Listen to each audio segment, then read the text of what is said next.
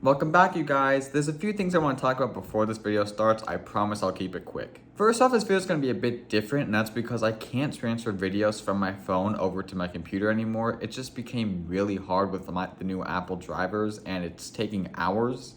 I mean literal hours to transfer video. So it's going to be a bit different than most of my videos. I'm sorry if this style isn't your type, but I promise it's just for this week. Next week, we're back to normal.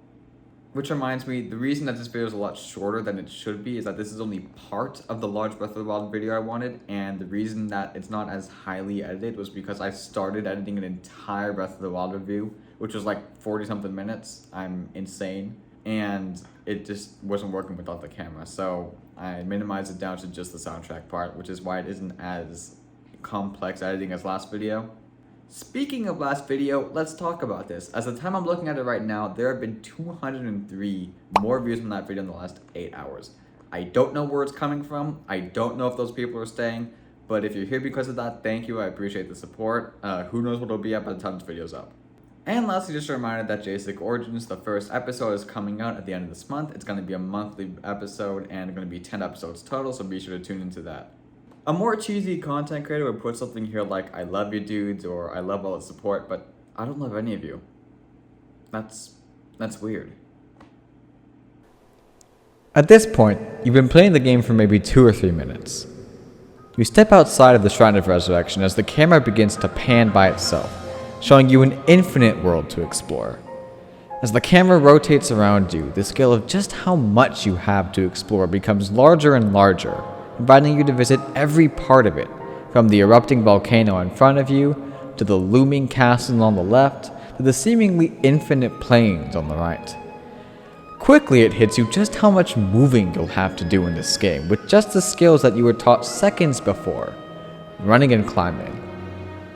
But as the music below everything begins to plateau, much like the chunk of land you are stuck on, you are filled with the urge to explore every corner of the world. As like before, your goal is to defeat Ganon and save Princess Zelda, but from the looks of it, there will be some time before you do. Progress will be made in a world which seems empty except for just you and the music that follows you through it all. This is an adventure through the soundtrack of The Legend of Zelda, Breath of the Wild.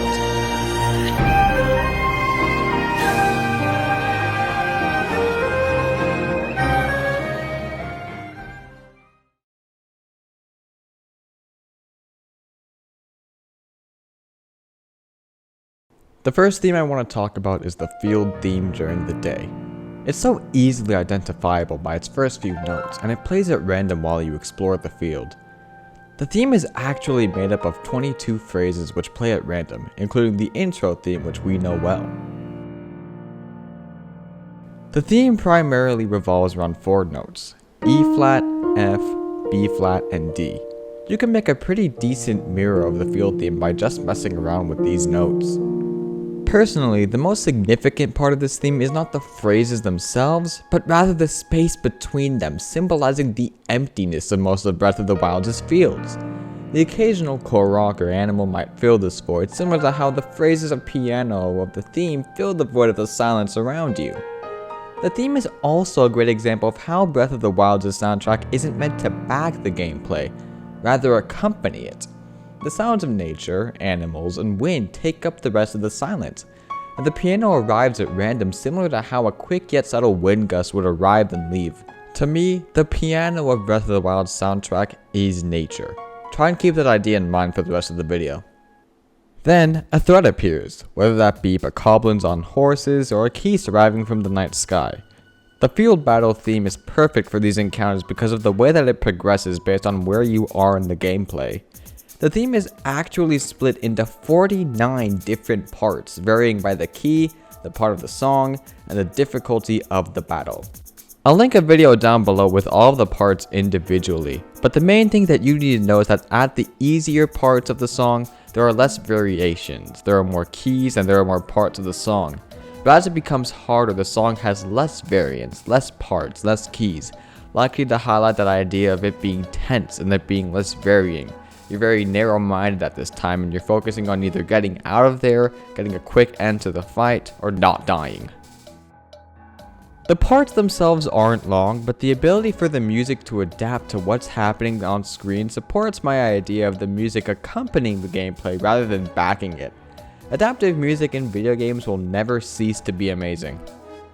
Instrumentally, it's equally as incredible. The easy battle theme includes membraphones, short strings, and a few sound effects.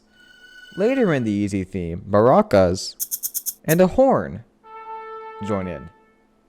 In the medium difficulty battle theme, trumpets, backing French horn and cello, a piano playing lower notes, and some more short strings join the chaos. And finally, at the hardest difficulty battle theme, the strings become more intense, joined by the trumpets, ladle horns play what I like to call the war calls, and the piano begins to play higher. This entire track is a perfect example of why layering and composition is so important. The more depth a piece has, the easier it is to intensify or emphasize a point in the track. Next up, we're going to look at the Kakariko village theme. A few people were a bit critical of this theme because it wasn't the original theme for Ocarina of Time, but I think that this is a huge improvement.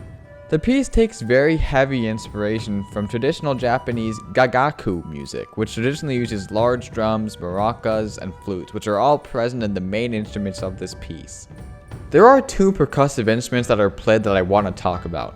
The first is the taiko, which is a large barrel-shaped drum, and the second is the hyoshigi, which is two bamboo sticks being hit together. These are both very traditional Japanese percussive instruments and make a theme that perfectly fits Kakariko Village. Whoever's playing the flute is absolutely nailing it because they're playing a lot of very difficult grace notes. If you listen close enough, you can actually hear the person playing the flute breathing in, so this could have actually all been played in one recording, which I have to give hats off for. The song is actually played in the E minor pentatonic scale. I have to give hats off because it's really hard to make large village themes or calm themes out of pentatonic music, but in this case it's nailed really well. The last track I want to talk about is the Mount Hylia theme. Instrumentally, it consists of just the piano and the recorder. The recorder plays long notes, which I like to imagine are the gust of wind atop the mountain. The piano, like before, symbolizes the peace of nature around the mountain. Just listen to this track for a second and imagine the space between the phrases to be the peace and emptiness of the land. Try to imagine climbing up a mountain, an endeavor which may seem intense and dangerous at first sight. But watch as the music makes it all seem so calm and doable. That's the thing I love about Breath of the Wild soundtrack. It makes everything seem so different than it might be. You're trapped after 100 years of sleeping, everyone you probably knew is dead, but the music just makes it all feel so doable. Your courage is restored and everything that you felt before, that nervousness, that almost impossibleness of the task, it fades away. That's what I think the main idea of developing Breath of the Wild soundtrack was. To make you feel courageous. And in that way, I think that Breath of the Wild excels.